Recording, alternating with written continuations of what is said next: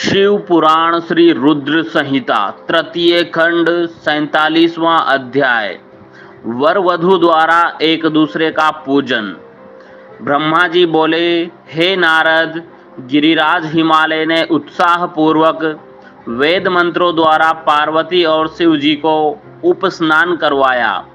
तत्पश्चात वैदिक और लौकिक आचार रीति का पालन करते हुए भगवान शिव द्वारा लाए गए वस्त्रों एवं आभूषणों से गिरिराज नंदिनी देवी पार्वती को सजाया गया। पार्वती की सखियों और वहां उपस्थित ब्राह्मण पत्नियों ने पार्वती को उन सुंदर वस्त्रों एवं सुंदर रत्न जड़ित आभूषणों से अलंकृत किया। श्रृंगार करने के उपरांत तीनों लोकों की जननी महाशैलपुत्री देवी शिवा अपने हृदय में शिव जी का ही ध्यान कर रही थी। उस समय उनका मुखमंडल चंद्रमा की चांदनी के समान सुंदर व दिव्य लग रहा था। हिमालय नगरी में चारों ओर महोत्सव होने लगा। लोगों की प्रसन्नता और उल्लास देखते ही बनता था। उस समय वहां हिमालय ने शास्त्रोक्त रीति से लोगों को बहुत दान दिया और अन्य वस्तुएं भी बांटी। गिरिराज हिमालय ने राजपुरोहित मुनि गर्ग जी ने हिमालय से कहा कि हे पर्वतराज, लग्न का समय हो रहा है। आप भगवान शिव तथा अन्य सभी बारातियों को यथाशीघ्र यहाँ बुला लें। तब शैलराज के मंत्री सब देवताओं सहित भगवान शिव को बुलाने के लिए जनवासे में गए और उन्हें जल्दी विवाह मंडप में पधारने का निमंत्रण दिया। उन्होंने शिव जी से कहा कि प्रभु, कन्यादान का समय नजदीक आ गया है। वर और कन्या को पंडित जी बुला रहे हैं।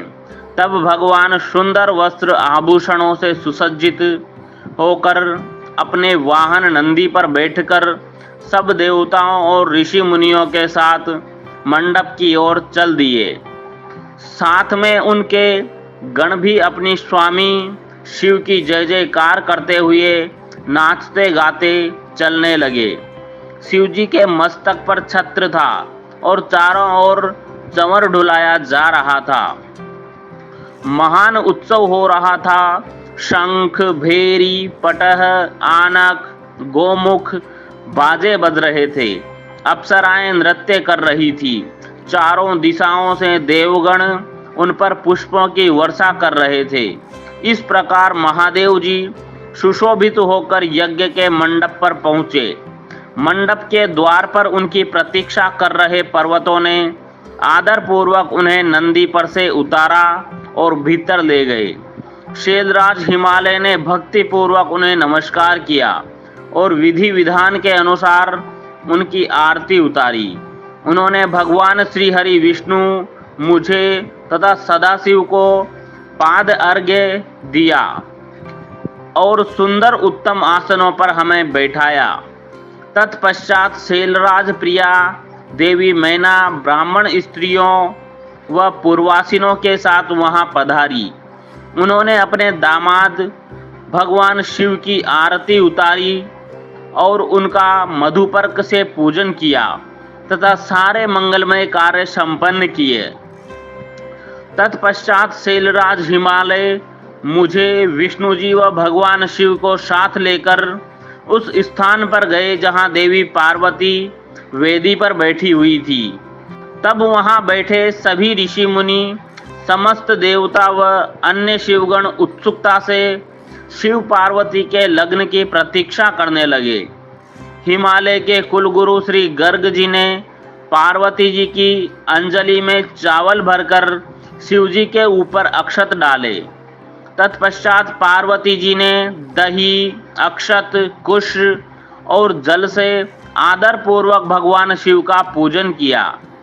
पूजन करते समय प्रसन्नता पूर्वक पार्वती भगवान शिव के दिव्य स्वरूप को निहार रही थी। पार्वती जी के अपने वर शिव जी का पूजन कर लेने के पश्चात गर्ग मुनि के कथनानुसार त्रिलोकीनाथ महादेव जी ने अपनी वधू होने जा रही देवी पार्वती का पूजन किया।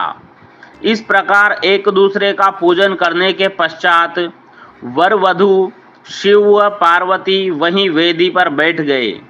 उनकी छवि अत्यंत उज्जवल और मनोहर थी। दोनों वहां बहुत शोभा पा रहे थे।